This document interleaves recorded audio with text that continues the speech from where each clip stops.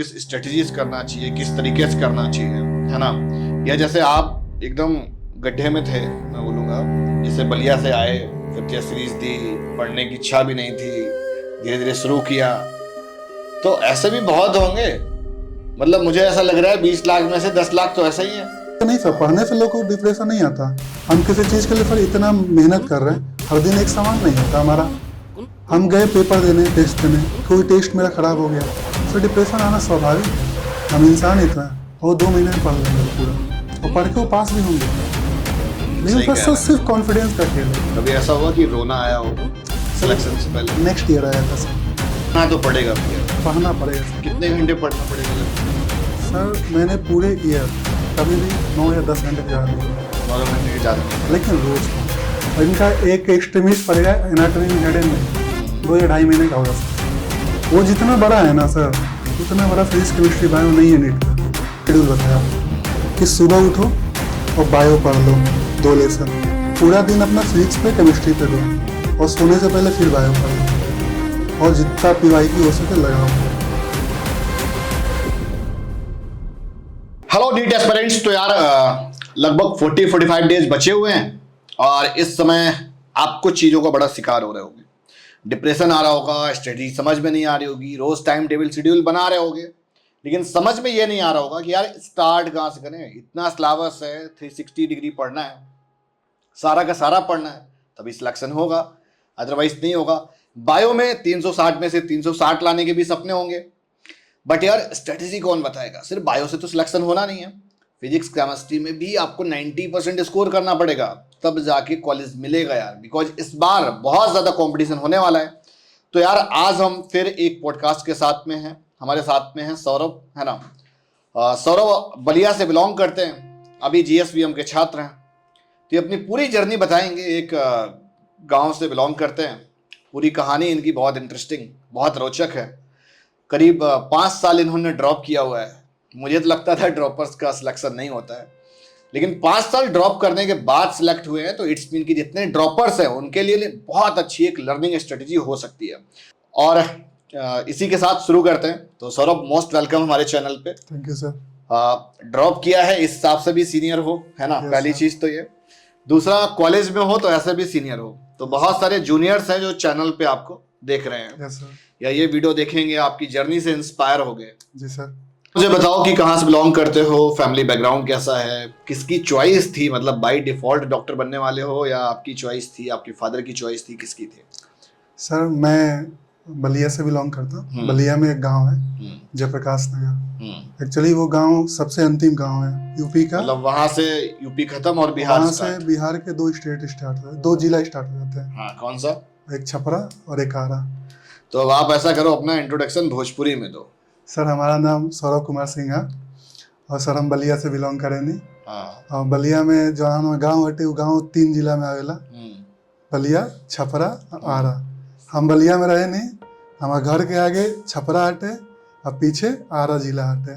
हमारा गांव जो हटे वो 2 नदी के बीच में आवेला, एक तरफ से घाघरा, एक तरफ से गंगा, और दोनों हमारे गांव में आके मिल के पटना के ओर निकल जाली, आगे जाके वो सोन नदी बन जाली, फिर वो बंगाल खाड़ी में जाके गिरेली। अच्छा, तो थोड़ा सा अपने फैमिली बैकग्राउंड के बारे में बताओ। सर एक्चुअली मेरे जो पिताजी हैं वो PSC में थे, और वो PSC रिटायर हो गए? रिटायर हो चुके 2017 में वो रिटायर हो गए।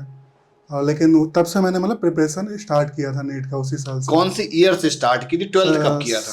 सर 12th में 15 में था, 2015 में किया। लेकिन मैंने 16 तक कुछ नहीं किया, 17 से ही मैंने प्रिपरेशन स्टार्ट करना शुरू किया, और उसके बाद पिताजी तब तक आ गए घर पे। तो एक्चुअली मेरी फाइनेंशियल दिक्कत था, इतना ज़्यादा दिक्कत था कि मेरा मतलब ड्रीम था कि मैं जाके LN से पढूं, लेकिन मैं नहीं जा पाया, और लखनऊ में आके तैयारी करना शुरू किया। कहाँ पे की थी तैयारी? सर कोचिंग मैंने नहीं की थी जल्दी कहीं, मतलब ऑनलाइन पढ़ा था। अच्छा, ऑनलाइन पढ़ना शुरू उस टाइम ही मैं ऑनलाइन ही पढ़ता था, जब शायद ऑनलाइन का इतना क्रेज नहीं हुआ था। फिर कानपुर कैसे आए? सर कानपुर में आया नहीं, मेरा प्रिपरेशन लखनऊ से ही है। अच्छा। लेकिन शुरुआत के दिनों में तो पढ़ाई में कोई रुचि नहीं था। जब तक कोविड नहीं आया था मैं पढ़ता नहीं था, मेरे को ये भी नहीं पता था कि टेस्ट सीरीज होता क्या है। मेरे को 2-3 अटेम्प्ट तक कुछ नहीं पता था टेस्ट सीरीज क्या है, या पेपर होने के बाद की भी आता है। तो उस समय क्या होता था, मैं मतलब कम पढ़ता था, पढ़ता था, लेकिन जब पेपर आता था तो मैं फियर में चला जाता था पेपर का।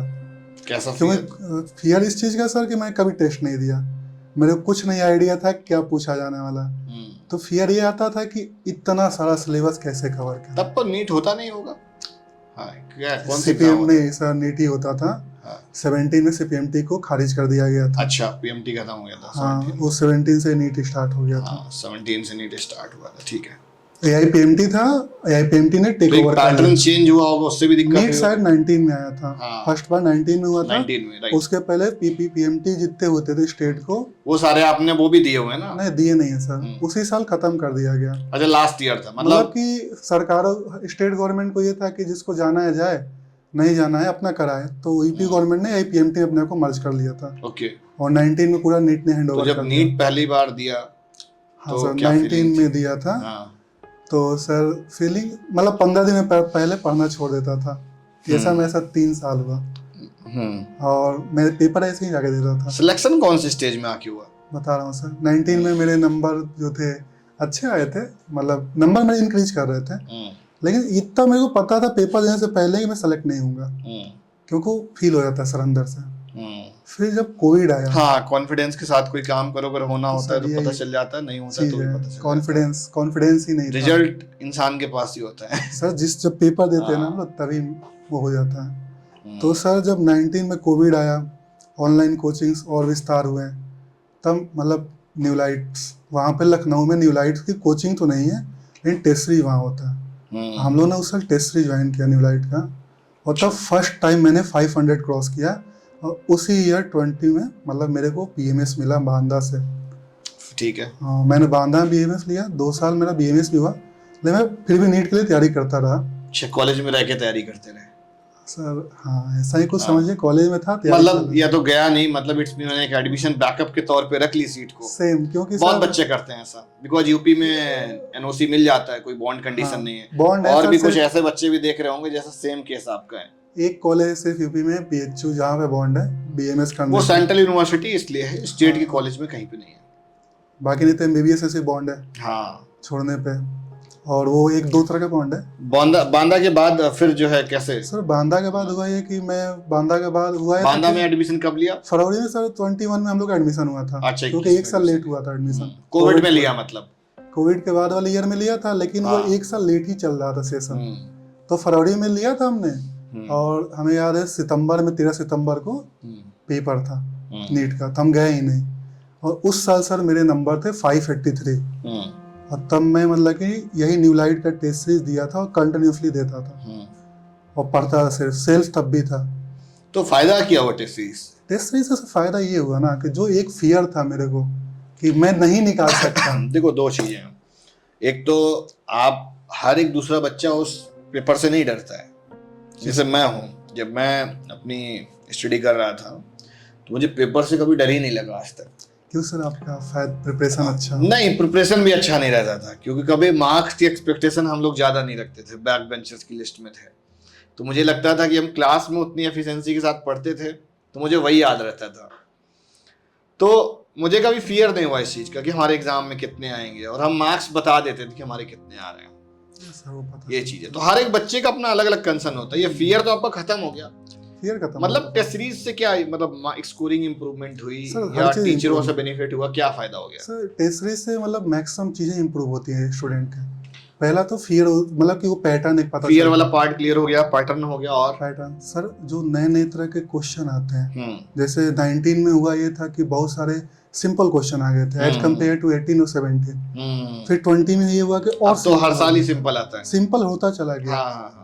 और बीइंग अ रिपीटर सर हम लोग टफ पढ़ते चले जाते हैं। सिंपल नहीं होता चला गया, मैं बोलूंगा इन्होंने सिलेबस को बहुत स्पेसिफाइड कर दिया। मतलब जब कोई चीज स्पेसिफाइड होगी, उतने के ही अंदर आनी है, तो बच्चा पढ़ने में तो जो अच्छा वो पढ़ डालेगा, एवरेज वाले के लिए भी इजी हो गया। वही स्पेसिफिकेशन कम होता है। तो कितने मार्क्स आए थे आपके नीट में? सर 21 में 583 थे। कभी ऐसा हुआ कि रोना आया हो सिलेक्शन से पहले? नेक्स्ट ईयर आया था सर, जब 2022 में मैंने पेपर दिया और पूरा जी जान लगा के दिया। मेरे नंबर है 572। उस साल 600 कट ऑफ थी?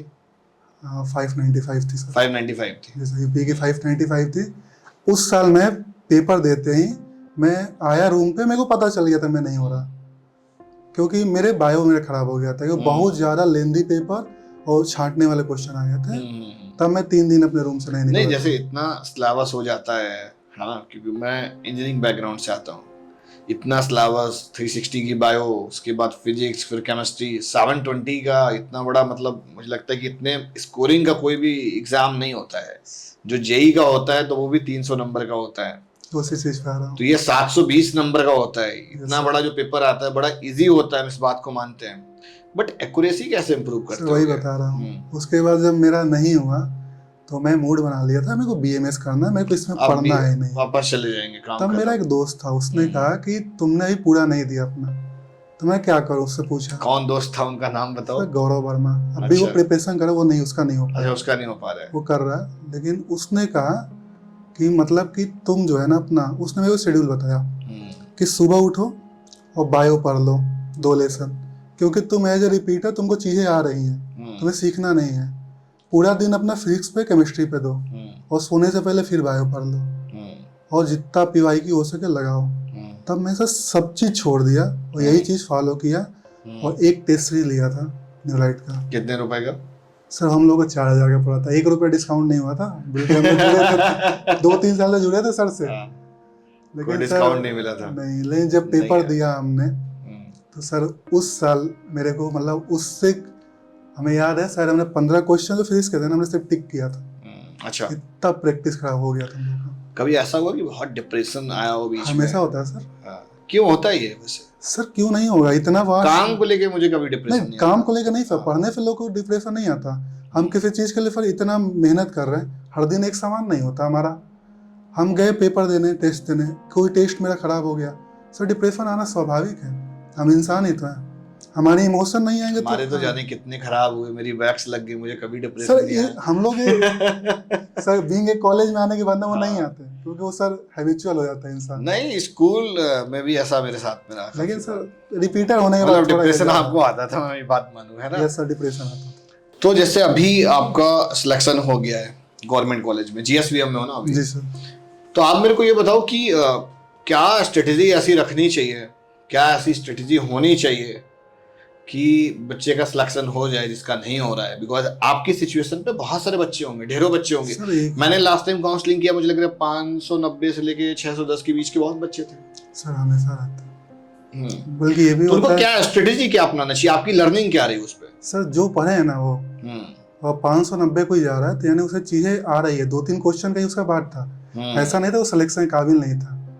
या सर ऐसा हो सकता है कि उसने गड़बड़ी में क्वेश्चन गलत कर दिया हो, वो सिलेक्ट हो सकता था अगर वो आता हो क्वेश्चन ना गलत करता। इंपॉर्टेंट चीज बता रहे हैं भाई, अगर आपके 590 आ रहे हैं, इट्स मीन कि 630 का पोटेंशियल होगा, 620 का पोटेंशियल होगा, तभी तो 590 आ रहे हैं ना। जिसके 590 आ रहे हैं ना, उसका पेपर लीजिए, उससे पूछिए उसको जो क्वेश्चन गलत किया क्या उसे आ रहा है कि नहीं। उसे आते हुए कम से कम 10 क्वेश्चन गलत किए होंगे, तो उसको सिर्फ एक्यूरेसी पे ध्यान देना है, उसको सिर्फ अपने माइंड को शांत रख के पेपर करने की जरूरत है। फोकस अच्छा करना है, फोकस। और सब फोकस एक ही चीज से आएगा, समाज से कट जाइए, किताबों में घुस जाइए। क्या बात है, बहुत बढ़िया, समाज से कट जाइए। हाँ, ये बात जितना हम अपने माइंड को एक डायरेक्शन में ले जाएंगे उतना फोकस होंगे। सर कभी पापा ने डांटा नहीं, सिलेक्शन नहीं हो रहा है? सर मेरे पापा मेरे को कभी आज तक बोले तक नहीं, कभी नहीं कहा उन्होंने? उन्होंने सिर्फ एक चीज बोला था, पुलिस की नौकरी मत करना भाई, कुछ भी कर लेना। अच्छा, कुछ भी कर लेना, पुलिस की नौकरी नहीं करना। और जैसे बहुत फैमिलीज में ऐसा होता है ना कि मतलब फैमिली से कोई किसी का सपोर्ट मिला, भाई का, बहन का, फादर मदर का, मामा का सपोर्ट मिला, क्या सपोर्ट रहा उनका? हर तरह से सपोर्ट सर, मतलब मेरे पीछे हमेशा वो खड़ा रहते थे। जैसे किस टर्म्स में? मोटिवेशनल के टर्म्स में, सर मोटिवेशन हुआ, डायरेक्शन के टर्म्स, गाइडेंस हुआ, इकोनॉमिकली हुआ, हर तरह से, जितना तरह से एक इंसान सपोर्ट कर सकता है। अच्छा, मतलब उनके लिए एकदम दिल से थैंक यू आता है सर। हाँ, कि कभी अगर कुछ बन गए यहाँ से तो मैं भी उनके लिए कुछ कर सकूं। तो बस मामा की दवा फ्री में कर देना। भगवान ना करे कि सर डॉक्टर के पास कोई रिलेटिव्स आए, उसके आने का मतलब बीमार है वो। तो बड़ी इंपॉर्टेंट चीज ये है सौरभ कि अभी जो बच्चे प्रिपरेशन कर रहे हैं, जी सर, कि बिकॉज एज लिमिट तो मतलब एक काफी गैप रहता है, नंबर ऑफ अटेम्प्ट्स का कोई लिमिट नहीं, आप कितनी भी बार दे सकते हो। लेकिन सर एक इंसान थक जाता है देते इसका मैं चाहूंगा कि थोड़ा सा टिप्स बताओ कि जब कोई पेपर सॉल्व करे उसको किस स्ट्रेटजीज करना चाहिए, किस तरीके से करना चाहिए, है ना? या जैसे आप एकदम गड्ढे में थे, मैं बोलूंगा जैसे बलिया से आए, फिर टेस्ट सीरीज दी, पढ़ने की इच्छा भी नहीं थी, धीरे धीरे शुरू किया, तो ऐसे भी बहुत होंगे। मतलब मुझे ऐसा लग रहा है 20 लाख में से 10 लाख तो ऐसे ही हैं जो 10 लाख तो क्वालिफाई नहीं होने हैं। 10 लाख अभी सोच रहे होंगे, एक अप्रोक्स में मैं आइडिया लेके चल रहा हूँ, 50% भी ले लो तो भाई कुछ तो ऐसे होंगे अभी सोच रहे होंगे अभी हम पढ़े कि नहीं पढ़े, है ना। बिकॉज बॉयज में तो कोई रिस्ट्रिक्शंस तो होती नहीं है, कितने भी साल तक तैयारी करते रहो, गर्ल्स पॉइंट ऑफ व्यू से एक प्रेशर भी क्रिएट होता है। तो उनके लिए टिप्स बताओ क्या होंगे सर। बहुत कि ऐसे ही सोते जागते चद्दर तानते हुए क्या हम भी GSVM आ सकते हैं? ऐसे बहुत सारे बच्चों का वो होगा। नहीं सर, ऐसे नहीं आ सकता। हाँ, कैसे आएंगे? बिना मेहनत के सर कोई नहीं आ सकता। कोई भी मेडिकल कॉलेज, चाहे वो GSVM हो, चाहे मिर्जापुर हो, इटावा हो, कोई भी हो, हर कॉलेज में हमारे दोस्त हैं इस साल तो सेलेक्ट हुए। तो सर जो भी हमारे दोस्त हैं, ज्यादा अंतर नहीं है, 4 या 5 क्वेश्चन का ही अंतर है हम लोगों में। 5 उसके कम सही थे तो मिर्जापुर में है, और मेरे से ज्यादा सही तो यहाँ। 1-2 और सही होते तो कहीं और होते हैं। राइट। तो सर कोई ये सोच रहा है कि हम बिना मेहनत के पहुंच जाएंगे गवर्नमेंट में? पढ़ना तो पड़ेगा भैया, पढ़ना पड़ेगा सर। कितने घंटे पढ़ना पड़ेगा लगभग? सर मैंने पूरे ईयर कभी भी 9 या 10 घंटे से ज्यादा नहीं पढ़ा। 9 घंटे से ज्यादा नहीं पढ़ा, लेकिन रोज पढ़ा। मॉर्निंग में कब पढ़ते थे? सर मॉर्निंग 9 AM पे मैं उठता था सो के, और 10 बजे से पढ़ने बैठता था, और रात को 8 बजे तक। अच्छा, अरे बाप रे, तब तो 10 घंटे बहुत हो गया। कंसिस्टेंटली पढ़ते रहते थे? नहीं सर, बीच में खाने होने के लिए बीच में ब्रेक ले लिया तो एक तरीके से जैसे मॉर्निंग की, मुझे ऐसा लगता है कि एक बच्चों के मेरे हिसाब से टिप्स है, मॉर्निंग में अगर आप अर्ली पढ़ते हो तो आपकी माइंड एफिशिएंसी अच्छी होती है। तो जो आपको चीज समझ में नहीं आ रही हो, जो आप कर नहीं पा रहे हो, जो बहुत होता है ना कि एक टॉपिक कुछ ऐसा पढ़ने का मन नहीं हो रहा है, वो आप अर्ली मॉर्निंग करके उसको फिनिश कर दो जल्दी से। सर इसके पीछे साइंस है कि हमारे शरीर के जितने भी मैकेनिज्म है, हार्मोन्स है, कोर्टिसोल से, ये सब सुबह में ही ज़्यादा एक्टिव होते हैं। तो जो चीज़ हमारे जीवन में सबसे इम्पोर्टेंट है, चाहे वो पढ़ाई हो, लर्निंग हो, एक्सरसाइज हो, वो अर्ली मॉर्निंग ही करना चाहिए। चलो ठीक है, काफ़ी अच्छे पॉइंट्स इन्होंने बताए हैं भाई, है ना। और बहुत अच्छी और बहुत यार हार्ट टचिंग इंस्पिरेशनल एकदम स्टोरी है इनकी कि गांव से GSVM पहुंच जाना। आप लोगों के पास तो बहुत सारे कहीं ना कहीं, जैसे इन्होंने बताया एलन जाना चाहते थे नहीं जा पाए, और मतलब बहुत सारी चीज़ें ऐसी होती है ना जो इनके पास में नहीं रही आपके पास में होंगी, है ना। आप के पेरेंट्स उस तरह के होंगे जो सारी चीज़ें प्रोवाइड करा पा रहे हैं। तो भैया जिसके पास सारी चीज़ें नहीं है अवेलेबल है, वो भी सिलेक्शन कर रहा है, अच्छी रैंक निकाल रहा है। आपको एक डेडिकेशन चाहिए, अच्छा डेडिकेशन के साथ साथ कंसिस्टेंसी चाहिए, पढ़ने का एक स्ट्रेटजी आपको बनाना पड़ेगा, और आपको रोज काम करना पड़ेगा, तब आपका सिलेक्शन होगा। और कुछ कहना चाहोगे एट द एंड ऑडियंस के लिए? हाँ, बीइंग ए इंसान का दिमाग इतना अद्भुत है कि हम लोग जब पढ़ते थे, तैयारी करते थे, तो सर हम लोगों को फिजिक्स, केमिस्ट्री, बायो 3 चीज पढ़नी होती थी। ये जो टोटल मिला के जितना सिलेबस बनता है सर, यही स्टूडेंट जो इस साल सेलेक्ट होंगे MBBS में आएंगे, और इनका एक एक्सट्रीमिस्ट पड़ेगा एनाटॉमी में, हेडेन में 2 या 2.5 महीने का होगा सर। वो जितना बड़ा है ना सर, उतना बड़ा फिजिक्स, केमिस्ट्री, बायो नहीं है नीट का। वो 2 महीने में पढ़ लेंगे लोग पूरा, और पढ़ के वो पास भी होंगे। लेकिन बस सिर्फ कॉन्फिडेंस का खेल है, वहाँ वो कॉन्फिडेंस। जैसे जैसे आप आगे और बढ़ते जाओगे ना, तो अभी बहुत सारी चीजें अभी आपको और ऐसी मिलेंगी जो आपको पहले बड़ी लग रही थी, अब छोटी लगने लगी। मैं सिर्फ इतना कहना चाहूंगा कि अभी से 6 महीने बाद तुम ही रहोगे जो इससे कठिन चीज पढ़ोगे, और अभी तुम नहीं कर पा रहे हो। सिर्फ तुम्हारे सोच अपनी लिमिट करके इंसान लगा, ये सोच लेना एक बार कि हमें करना है।